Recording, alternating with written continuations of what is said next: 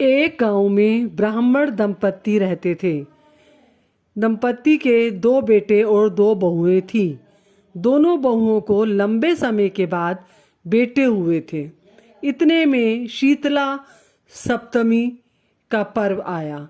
घर में पर्व के अनुसार ठंडा भोजन तैयार किया गया। दोनों बहुओं के मन में विचार आया, यदि हम ठंडा भोजन कर लेंगी तो हम बीमार हो जाएंगे। अभी हमारे बेटे भी छोटे हैं। इस कुविचार के कारण दोनों बहुओं ने पशुओं के दाने तैयार करने के बर्तन में गुपचुप 2 बाटी तैयार कर ली। सास बहू शीतला की पूजा करके आई। शीतला माता की कथा सुनी। बाद में सास तो शीतला माता के भजन करने के लिए बैठ गई। दोनों बहुएं बच्चों के रोने का बहाना बनाकर घर आईं। दाने के बर्तन से गरम गरम रोटला निकाले, भोजन किया और पेट भरकर खा लिया। सास ने घर आने पर बहुओं से भोजन करने के लिए कहा। बहुएं ठंडा भोजन करने का दिखावा करके घर के काम में लग गईं। सास ने कहा, बच्चे कब के सोए हुए हैं, उन्हें भी जगाकर भोजन करा दो। बहुएं जैसे ही अपने बच्चों को जगाने के लिए गईं तो उन्होंने उन्हें मृत प्राय पाया। दोनों बहुओं की इस करतूत के कारण शीतला माता के प्रकोप से ये सब कुछ हुआ। बहुएं विवश हो गईं। सास ने घटना जानी तो बहुओं से झगड़ने लगी।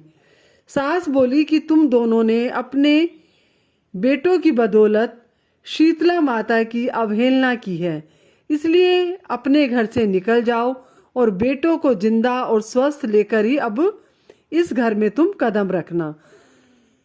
अपने मृत बेटों को टोकरों में सुलाकर दोनों बहुएं घर से निकल पड़ी। जाते जाते रास्ते में एक जीर्ण वृक्ष आया। यह खेजड़ी का वृक्ष था।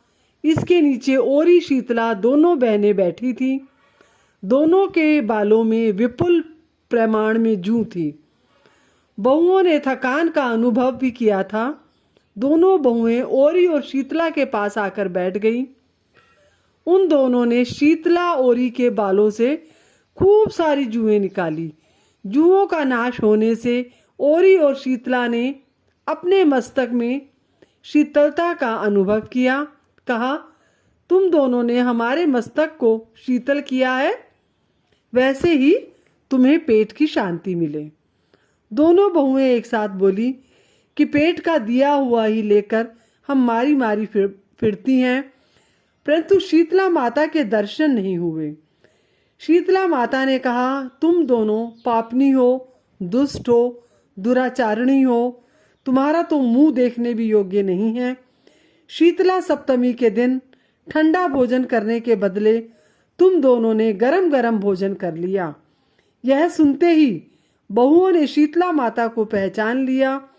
देवरानी जेठानी ने दोनों माताओं का वंदन किया। गिड़गिड़ाते हुए कहा कि हम तो भोली भाली हैं, अनजाने में गरम खाना खा लिया था। आपके प्रभाव को हम जानती नहीं थी।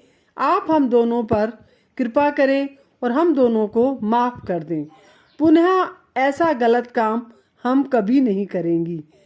उनके पश्चात भरे वचनों को सुनकर दोनों माताएं बहुत प्रसन्न हुईं। शीतला माता ने मृतक बच्चों को जीवित कर दिया। बहुएं तब बच्चों को साथ लेकर आनंद से पुनः अपने गांव वापस लौट आईं। गांव के लोगों ने जाना कि दोनों बहुओं को शीतला माता के साक्षात दर्शन हुए थे। दोनों का धूमधाम से स्वागत करके गांव में प्रवेश करवाया। बहुओं ने कहा, हम गांव में शीतला माता के मंदिर का निर्माण करवाएंगी। चैत्र महीने में शीतला सप्तमी के मात्र उस दिन ठंडा ही खाना खाएंगी। शीतला माता ने बहुओं पर जैसी अपनी कृपा की दृष्टि बनाई, वैसे हम सब पर माँ अपनी कृपा दृष्टि बनाए रखें। श्री शीतला माँ सदा हमें शांति, शीतलता तथा आरोग्य दें। बोलो शीतला माता की जय।